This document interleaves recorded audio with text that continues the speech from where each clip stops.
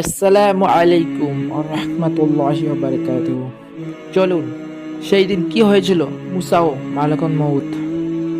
আবু হুরাইরা রাদিয়াল্লাহু তাআলা থেকে বর্ণিত, তিনি বলেন, মালাকুল মউতকে মুসা আলাইহিস সালামের নিকটে পাঠানো হয়েছিল।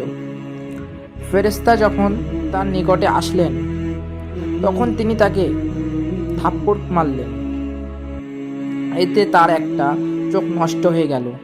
তখন ফেরেশতা তার রবের নিকট ফিরে গেলেন এবং বললেন, আপনি আমাকে এমন এক বান্দার নিকট পাঠিয়েছেন যে মরতে চায় না। আল্লাহ বলেন, তুমি তার নিকট ফিরে যাও এবং তাকে বলো সে যেন তার একটি হাত একটি গরুর পিঠে রাখে। তার হাত যতগুলো পশম ঢাকবে, তার প্রতিটি পশমের বদলে তাকে 1 বছর করে জীবন দেওয়া হবে। মুসা আলাইহিসসালাম বললেন, হে রব, অতঃপর কি হবে? আল্লাহ বলেন, অতঃপর মৃত্যু। মুসা আলাইহিসসালাম বলেন, তাহলে এখনই হোক।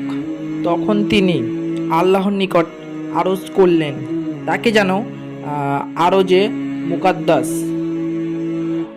জেরুজালেম হতে একটি পাথর নিক্ষেপের দূরত্বের সমান স্থানে পৌঁছে দেওয়া হয়।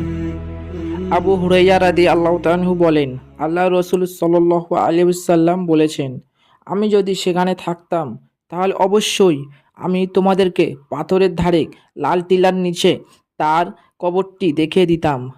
এই কাহিনী থেকে শিক্ষা: মৃত্যু চিরসত্য।